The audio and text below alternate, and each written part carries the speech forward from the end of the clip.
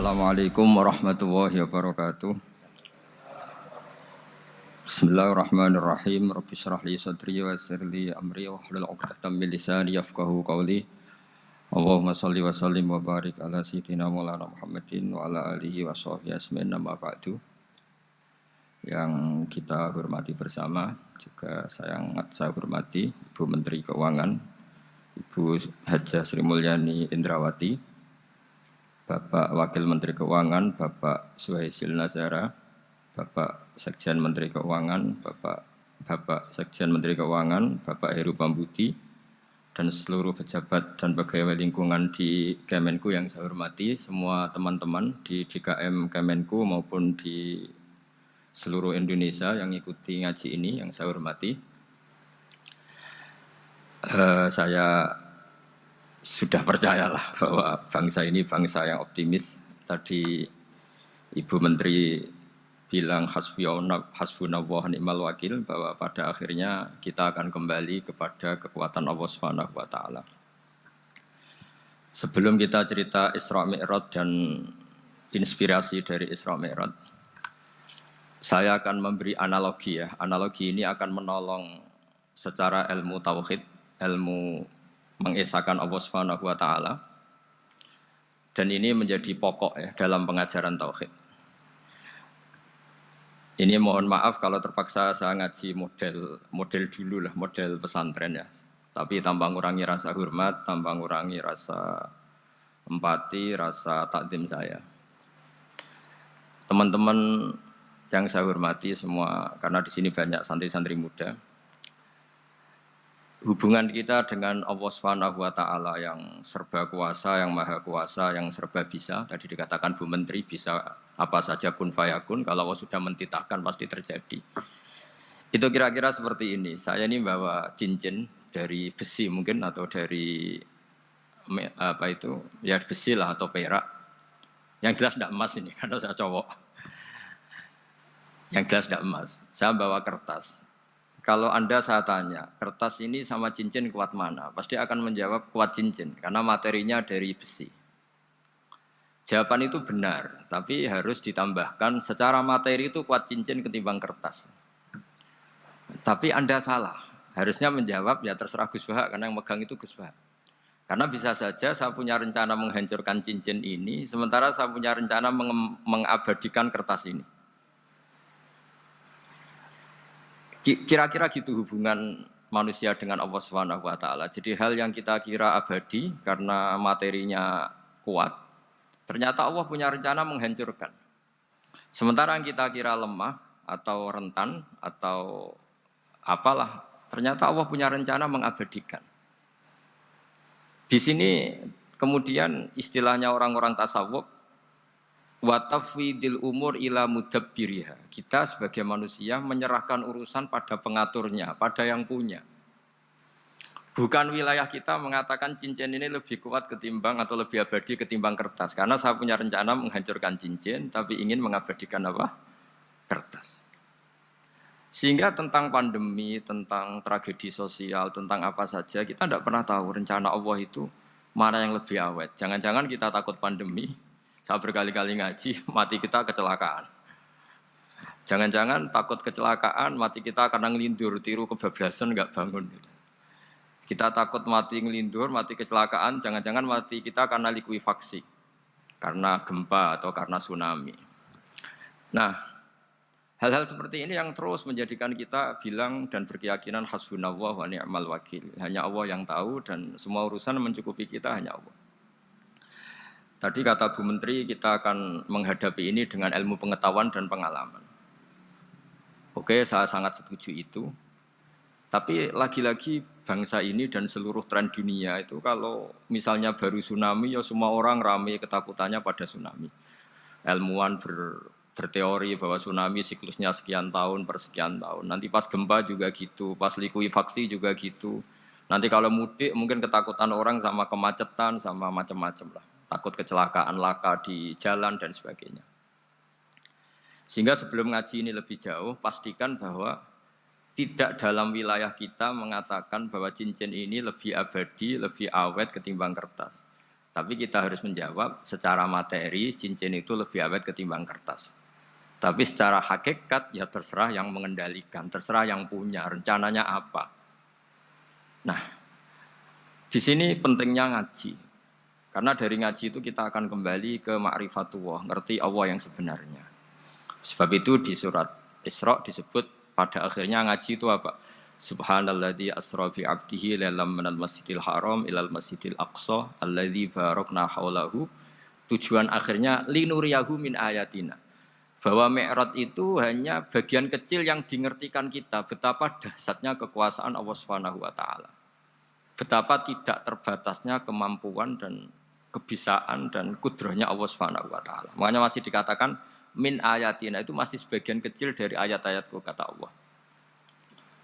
Lalu dalam surat Kahfi diterangkan, ketika orang kagum dengan Ashabul Kahfi yang bisa hidup tidur dalam keadaan hidup 309 tahun atau Masehinya 300 tahun, kalau Hijriahnya 309 tahun.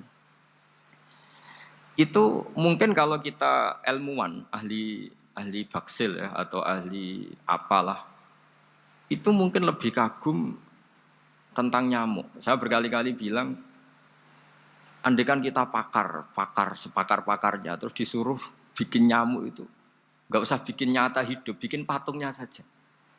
Nyamuk itu sekecil itu, kemudian punya jantung, jantungnya punya urat, uratnya punya kuman, kumannya juga punya urat. Bayangkan saja sudah tidak bisa. Sehingga ketika orang tak kagum sama Ashabul Kahfi, kata Allah, am hasibta anna ashabal kahfi warraqimi kanu min ayatina ajaba.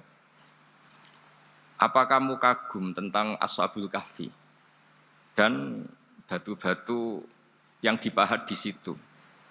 Bukankah dalam kekuasaan kami ada yang selalu menakjubkan? Artinya, andaikan kita ilmuwan tentang embriologi, tentang hewan, tentang kuman, mungkin cerita tentang nyamuk itu lebih dahsyat ketimbang tidurnya Ashabul Kahfi yang 309 tahun. Karena kemampuan Allah menciptakan nyamuk yang kecil, sangat kecil, super kecil. Kemudian kecil itu ya punya jantung tentu lebih kecil lagi. Belum uratnya jantung itu. Belum nyamuk juga di dalamnya menyimpan calon-calon keturunannya. Kayak apa kecilnya lagi.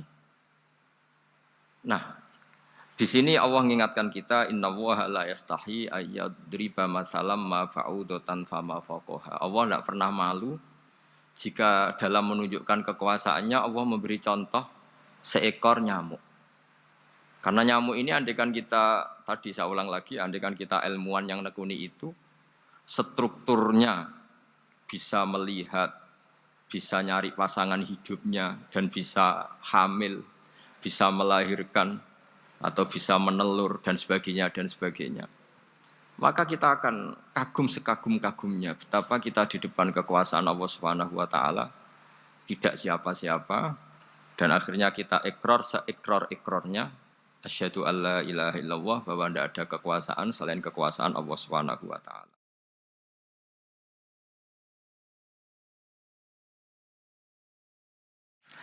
Lalu kenapa nyamuk itu tidak menjadi perhatian publik? Ternyata kita dibodohkan oleh kepentingan kita sendiri. Karena dari awal kita menganggap nyamuk itu problem, penyakit. Ya sudah, bawaan kita mungkin cari obat supaya bisa membunuh nyamuk itu. Atau melihat nyamuk itu sebagai problem, bukan sebagai ayatun min ayatillahi ta'ala, sebagai tanda-tanda kebesaran Allah Subhanahu wa ta'ala. Sehingga akhirnya manusia itu butuh yang namanya mukjizat dahsyat yang mudah dilihat, mudah dirasakan. Akhirnya kita tahu dalam sejarah para nabi, Nabi Musa minta mukjizat Laut Merah dibelah sehingga bangsa Israel bisa melewati kejaran Fir'aun dan sampai selamat dari kejaran Fir'aun. Nabi Soleh, umatnya minta keajaiban, yaitu onta keluar dari batu besar. Dan Nabi Soleh menuruti, akhirnya ada unta yang keluar dari batu besar. Begitu juga nabi-nabi sebelum itu atau setelah itu selalu ada mukjizat yang memang manusia tidak mampu. Nah, kata tidak mampu ini yang semua umat para nabi tidak akan seunggul umat Nabi Muhammad SAW. Karena kita sebagai umat Rasulullah SAW untuk merasa tidak mampu itu tidak harus hal-hal seperti membelah laut, tidak harus hal-hal seperti onta keluar dari batu, tidak harus hal-hal yang dahsyat kayak tongkat Nabi Musa menjadi ular besar yang menelan semua sihir-sihirnya Fir'aun. Kita sebagai umatnya Nabi selalu tiap hari bilang innallaha ala kulli syai'in qadir, hanya Allah yang mampu. Allah mampu atas segala hal. Melihat nyamuk kita iman, melihat hal-hal kecil. Karena kita ketika melihat nyamuk itu mesti kita itu kok hebat nyamuk tanpa rapat, tanpa ada gaji dari Kemenku bisa populasinya dijaga. Padahal musuhnya banyak. Musuhnya nyamuk itu umat manusia yang katanya makhluk paling cerdas di dunia. Tapi tidak juga bisa menghabisi nyamuk. Mungkin mereka juga rapat terus untuk menjaga ketahanan populasinya itu. Jadi andai kan kita pakai ayat tadi, innallaha la yastahi ayyadriba masalam ma ba'udah. Allah itu tidak pernah malu untuk menunjukkan kekuasaannya. Cukup misalnya kita belajar tentang nyamuk. Sudah sekecil itu punya mata, matanya punya saraf, punya urat. Terus kecil apa? Sudah gitu nyamuk sendiri punya kuman. Kalau nyamuk sendiri kecil, terus kumannya sekecil apa? Terus organ tubuhnya seberapa? Ini sudah kedahsyatan yang luar biasa yang menjadikan kita iman. Innallaha ala kulli syai'in qadir. Allah sendiri yang maha kuasa. Sehingga kembali ke tadi, peristiwa Mi'raj yang super dahsyat pun kata Allah masih dikatakan linuriyahu min ayatina. Hanya untuk menunjukkan sebagian dari ayat-ayatku, bukan mewakili semua ayat-ayat kekuasaan Allah Ta'ala. Tapi sebagian, min itu tab'id sebagian. Lalu sebelum kita jauh belajar, kita sendiri juga, saya sendiri masih belajar. Kehebatan Rasulullah SAW, Nabi akhir zaman, kenapa hebat? Itu diantaranya adalah karena mukjizat tongkat itu pada akhirnya diletakkan di museum. Orang melihat, terus gaya-gayanan kuat ke Turki atau bisa melihat langsung di museum. Dan setelah melihat kadang-kadang kita ragu masa tongkat ini betul itu. Kalau misalnya yakin bisa dipakai lagi enggak? Jadi hal-hal yang mengundang pertanyaan sekaligus keraguan. Beda dengan ajaran Rasulullah Muhammad SAW. Ketika Nabi cerita betapa kekuasaan Allah itu super dahsyat. Buktinya ya nyamuk tadi. Kayak apa susahnya bikin nyamuk. Sudah kecil, punya organ tubuh tentu lebih kecil, punya urat lebih kecil lagi, punya kuman yang lebih kecil lagi, dan kuman itu juga punya organ tubuh lebih kecil lagi. Itu mbok kamu udah usah ke Turki, kamu hidup di kampung, di pedalaman, sudah menyaksikan anallaha ala kulli syai'in qadir, bahwa Allah itu maha kuasa. Nah, ngaji bareng ya, ngaji seperti ini. Saya termasuk kiai yang selalu berkampanye supaya orang ikrar seikrar-ikrarnya bahwa kita ini di tangan Allah Subhanahu wa taala. Saya kemarin-kemarin ngaji sama orang-orang Grab, juga barusan 3 hari yang lalu, 4 hari yang lalu ngaji sama teman-teman disabel atau difabel. Karena mereka kalau dibahasakan disabel gak mau, tapi komunitas internasional mintanya dis pakai bahasa S, tapi kita di Indonesia pakai difabel. Akhirnya kita tahu, ternyata orang yang kita kira menderita karena fisiknya, ternyata kadang lebih bahagia. Karena Allah bisa mengalihkan pikiran untuk positif. Saya berkali-kali guyon di depan para tamu. Saya pernah punya tamu itu perempuan gak cantik miskin lagi. Itu nyata ini. Gus doakan supaya suami saya kaya. Terus saya bilang, memangnya kalau sudah kaya ngapain itu? Ya paling tidak rumah saya diganti, mobil saya diganti. Tapi nanti akhirnya ngevaluasi Anda juga ingin diganti. Gitu. Karena setelah rumahnya mewah, pakai mobil mewah, pasti yang dievaluasi bukan rumah dan mobil, tapi Anda. Kok enggak pas ya wajah gini di rumah saya? Gitu. Kok enggak pas wajah gini kok di mobil mewah? Akhirnya ibu-ibu tadi sudah aku enggak jadi. Jadi mungkin barokahnya pandemi itu nanti Ibu Menteri itu jadi kelihatan hebat karena ada pandemi kok Indonesia bertahan itu. Tapi kalau nggak ada pandemi kan ya biasa aja, memang normal. Gitu.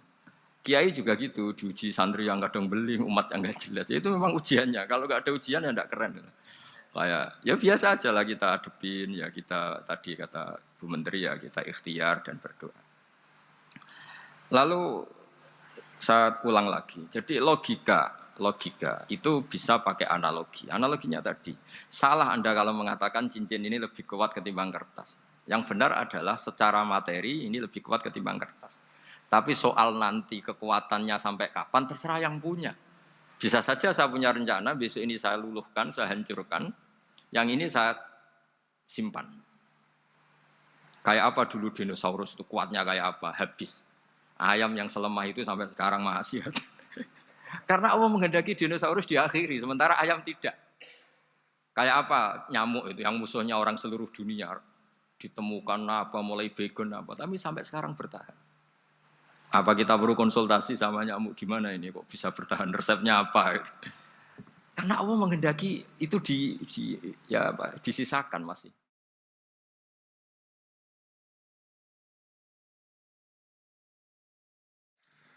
Nah, kemudian kenapa ada peristiwa Isra Mi'raj? Saya termasuk orang yang sering menulis tentang fikih sholat, tapi nulis saya untuk diri saya sendiri tak pakai ngaji. Tidak saya bukukan, memang saya sengaja karena ribet biasanya penerbit itu. Terus bicara royalti apa, kita kan mulai kecil dilatih ikhlas, jadi kalau komersial itu jadi bingung. Karena tidak biasa komersial, jadi kalau diajak komersial itu malah jadi bingung. Nabi ketika Mi'raj, ini yang jarang dikaji.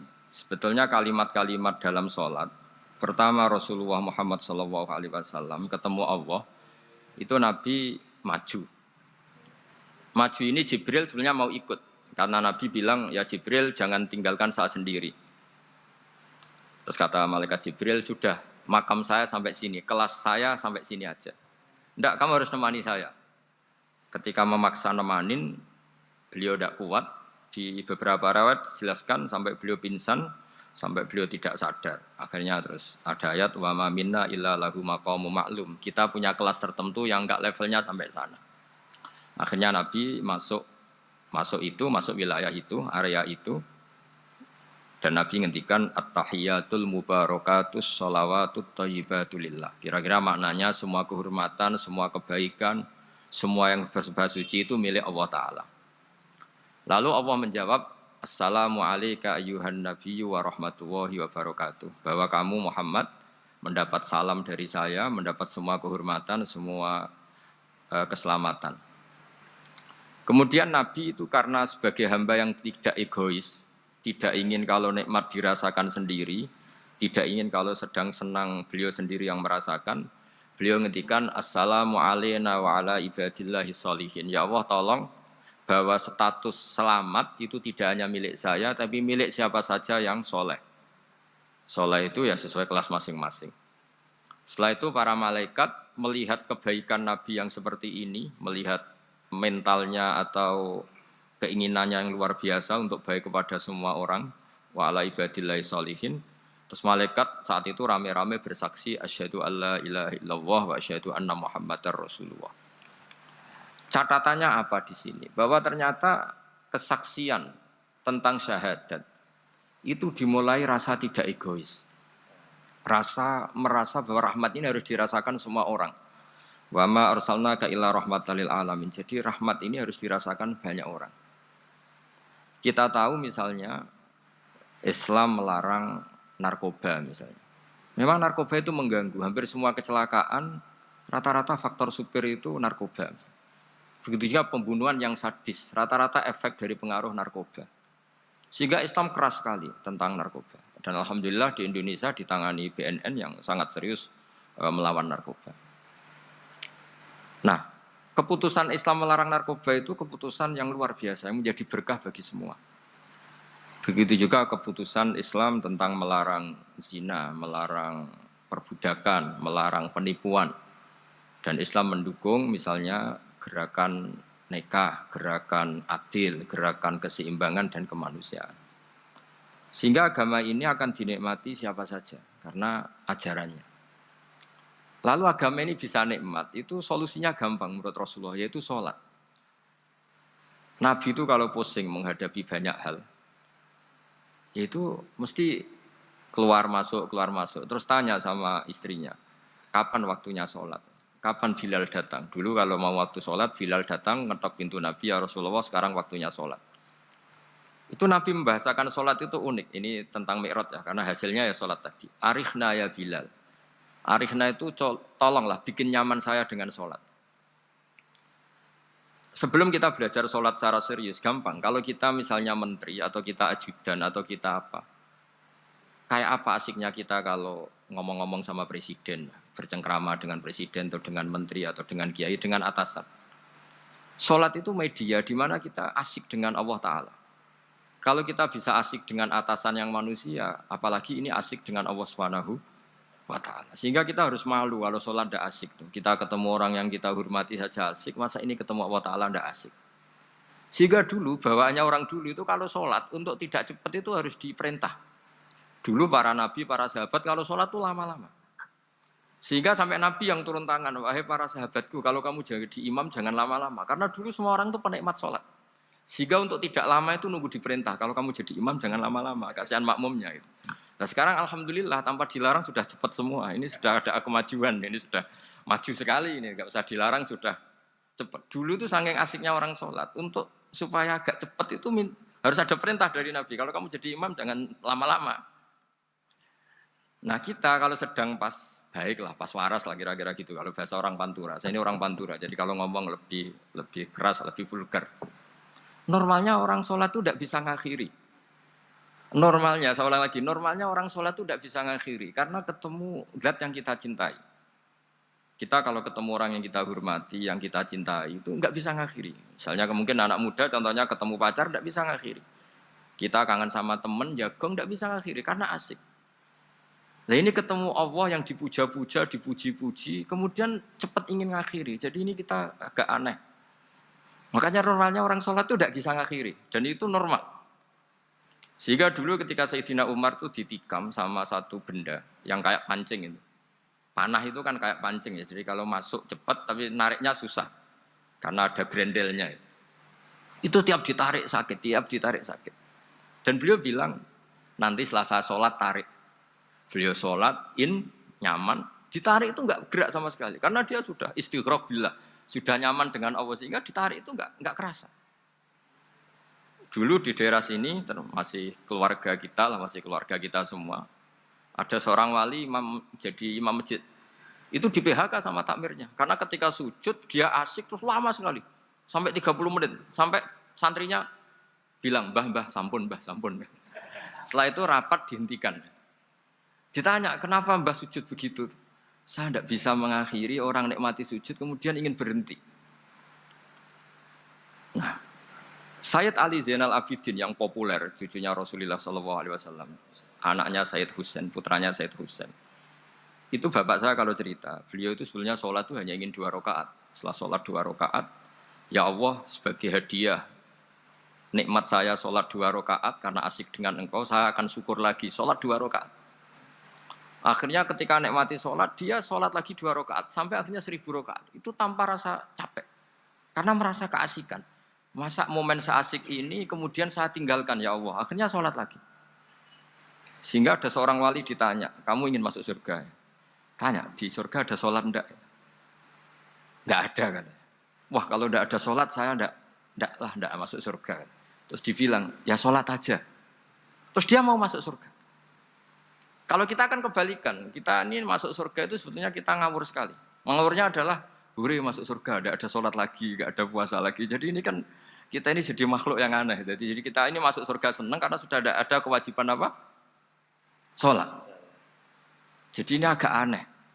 Sesuatu yang menjadikan kita masuk surga, tapi sesuatu yang kita benci setelah masuk surga. Asiklah di surga karena enggak ada sholat. Nah, apapun kondisi kita harus latihan. Harus latihan kita entah seberapa kadarnya ingin niru Rasulullah SAW ketika ngendikan wa qurratu aini fi sholat. Nyamanku, hatiku tentram kalau saya pas sholat. Sehingga tadi sudah saya katakan tadi. Dulu itu untuk menghentikan sholat itu susah. Sampai Rasulullah sendiri yang merintahkan, hei para imam kalau sholat jangan lama-lama. Kalau sekarang Andai kan Nabi hidup di zaman sekarang, pasti tidak ada pengumuman itu. Karena semuanya sudah cepat, ya. Malah super kilat itu. Ada yang terawih 20 rakaat hanya berapa? 8 menit dulu. Itu kan 7 menit itu.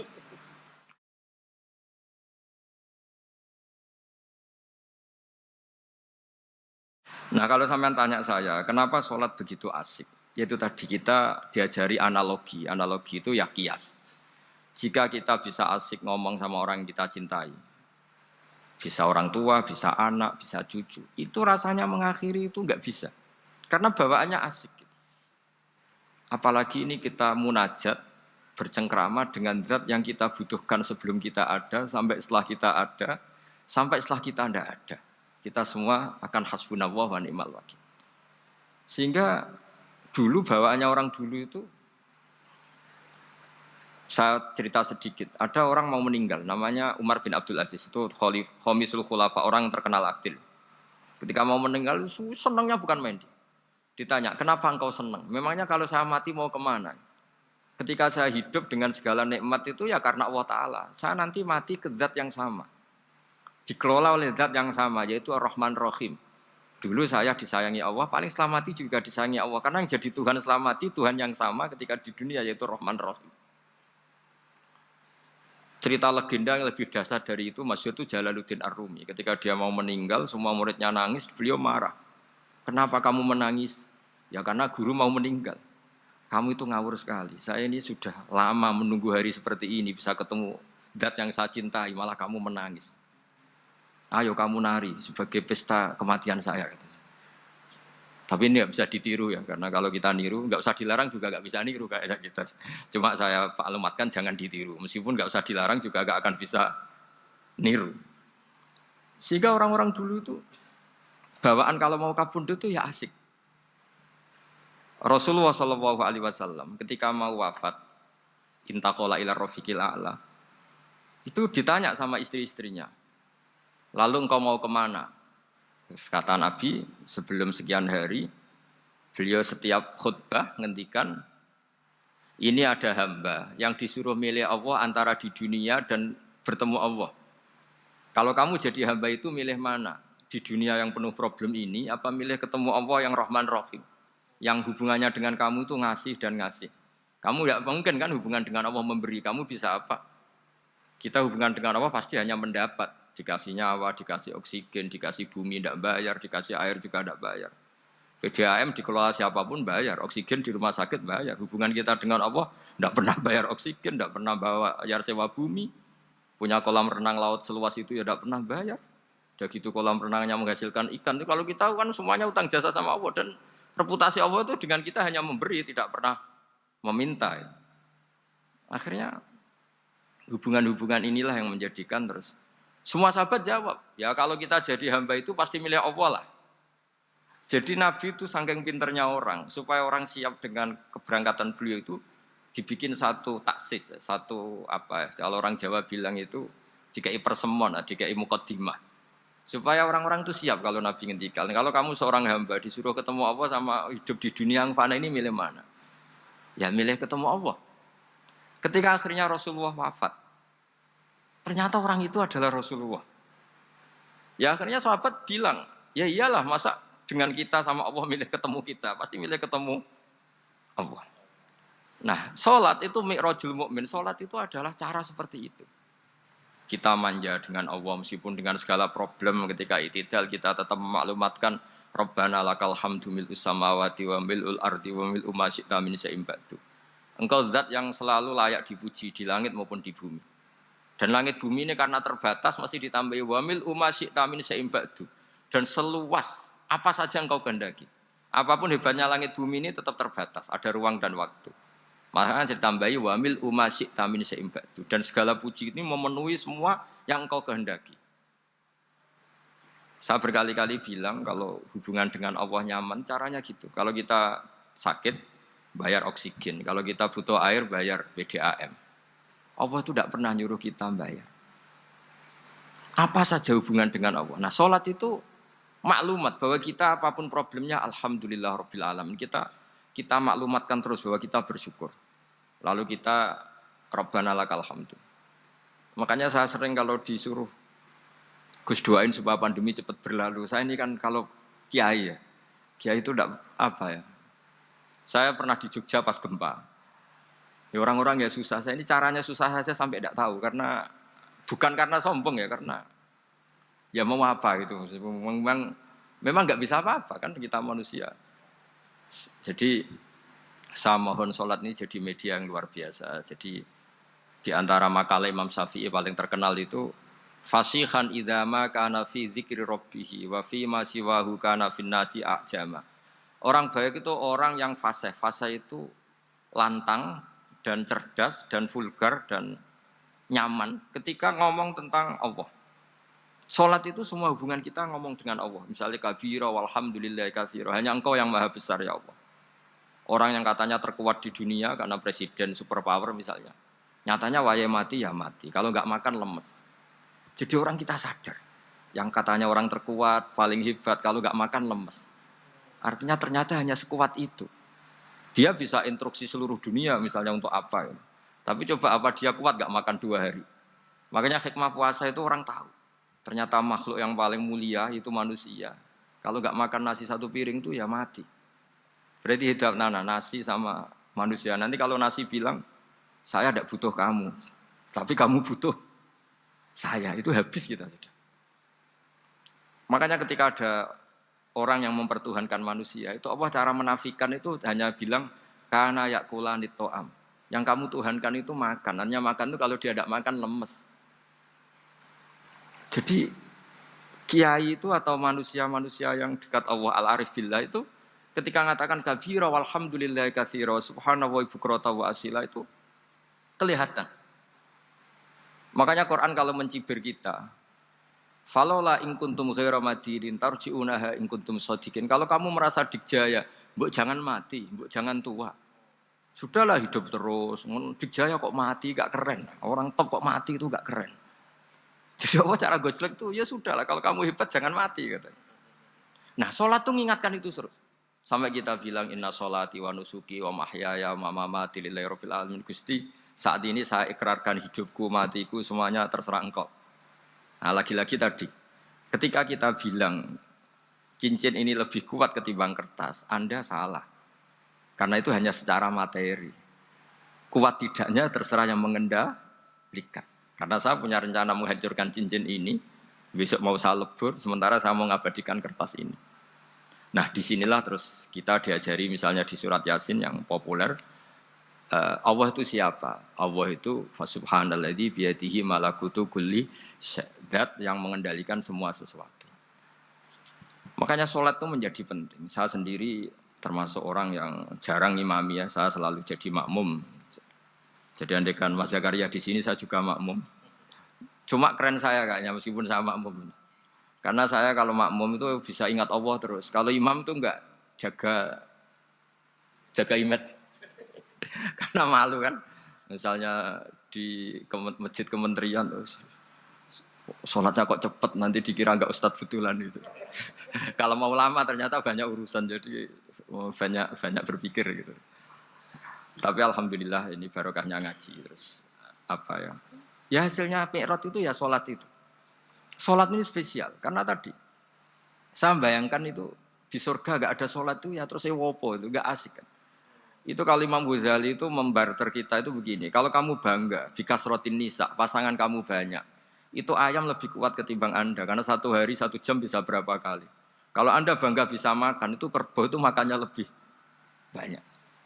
Nah, kalau Anda bangga atas pengaruh itu tawon itu, ratu tawon itu pengaruhnya lebih besar ketimbang Anda. Dia diam di rumah tapi anak buahnya loyalnya kayak gitu.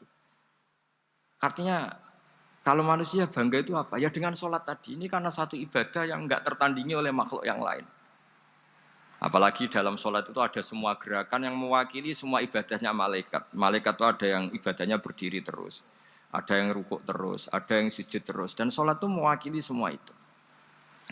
Juga mewakili sosial, karena setelah sholat kita bilang Assalamualaikum warahmatullahi wabarakatuh. Bahwa keselamatan ada di kanan dan kiri.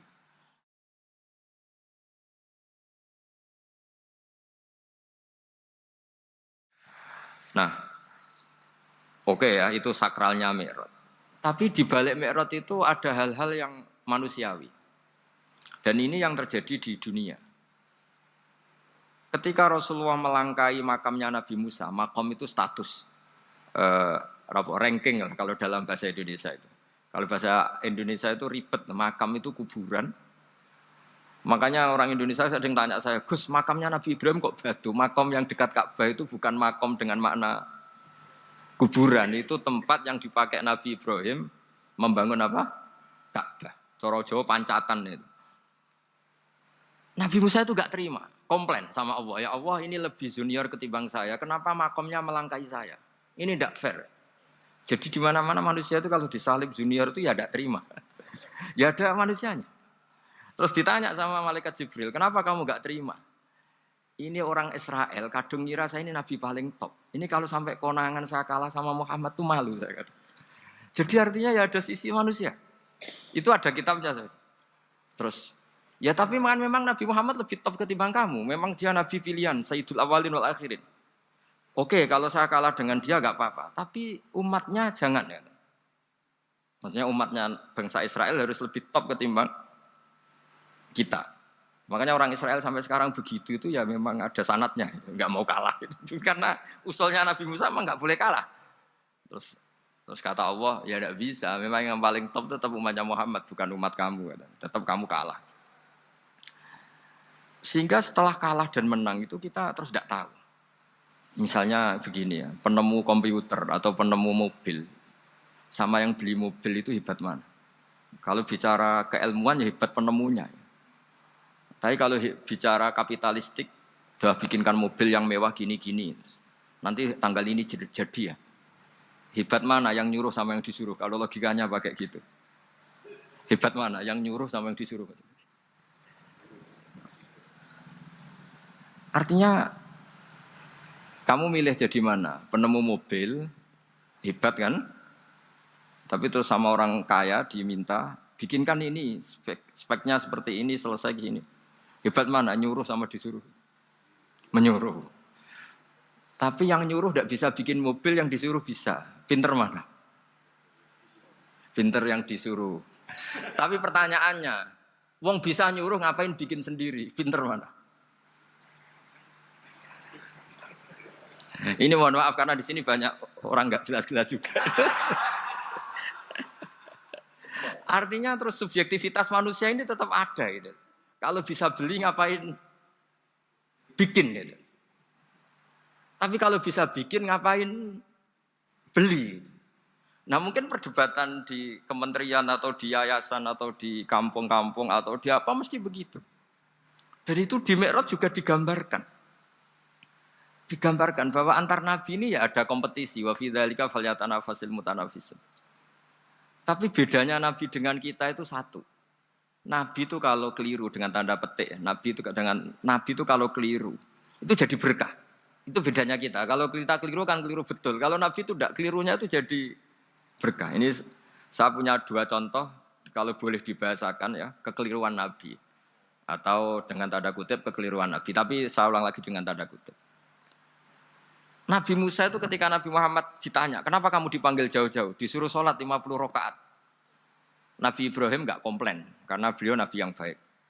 Semua Nabi enggak komplain, kecuali Nabi Musa. Kata Nabi Musa, jangan Muhammad, kebanyakan itu. Bilang ke Allah supaya didiskon. Nabi kembali sama Allah, ya sudah tak kurangi 5. Turun lagi, masih berapa? 45. Masih kurang. Itu sampai 9 kali, akhirnya terkurangi berapa? 45 rakaat. Itu Nabi Musa masih bilang, udah minta lagi keringanan. Itu kalau dirutu nggak jadi sholat kan? Kalau satu lagi kan masih terus hilang itu kewajiban sholat. Nah, Nabi Musa sebetulnya itu bukan karena kasihan kita. Bukan. Dia nggak empati dengan kita. Beliau udah empati sama kita. Tapi gara-gara Muhammad, umatku yang lebih kuat, lebih ganteng aja nggak mampu melakukan sholat 50 rakaat. Apalagi umatmu. Dia memang orang Israel kan ganteng-ganteng, kuat-kuat. Jadi dia pede.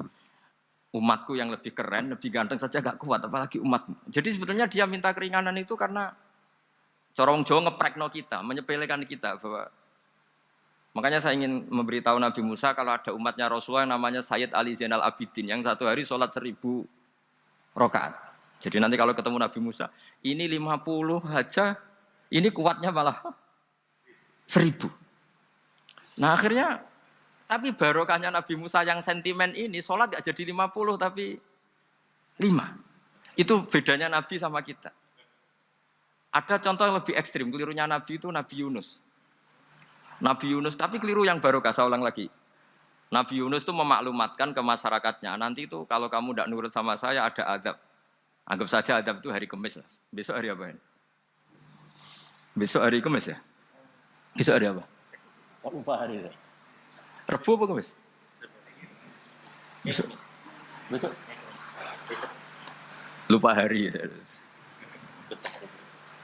Kata Nabi Yunus, 3 hari lagi akan ada azab. Tapi kurang 2 hari, kurang sehari umatnya masih dalam kemungkaran, dalam kemaksiatan, masih hura-hura. Akhirnya Nabi Yunus bilang, sudah ini tinggal sehari itu mau ada azab. Tapi mereka tetap hura-hura. Akhirnya Nabi Yunus itu, coro Jawa itu minggat. Memang bahasa Arabnya abako. Abako itu pergi yang tidak pamit.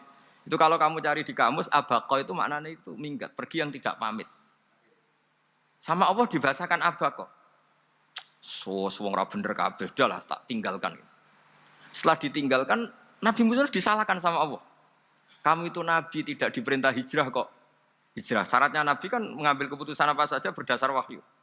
Tapi tanpa ada perintah wahyu, dia tetap keluar dari kampungnya itu. Keluar sama Allah disalahkan, wong Nabi kok minggat.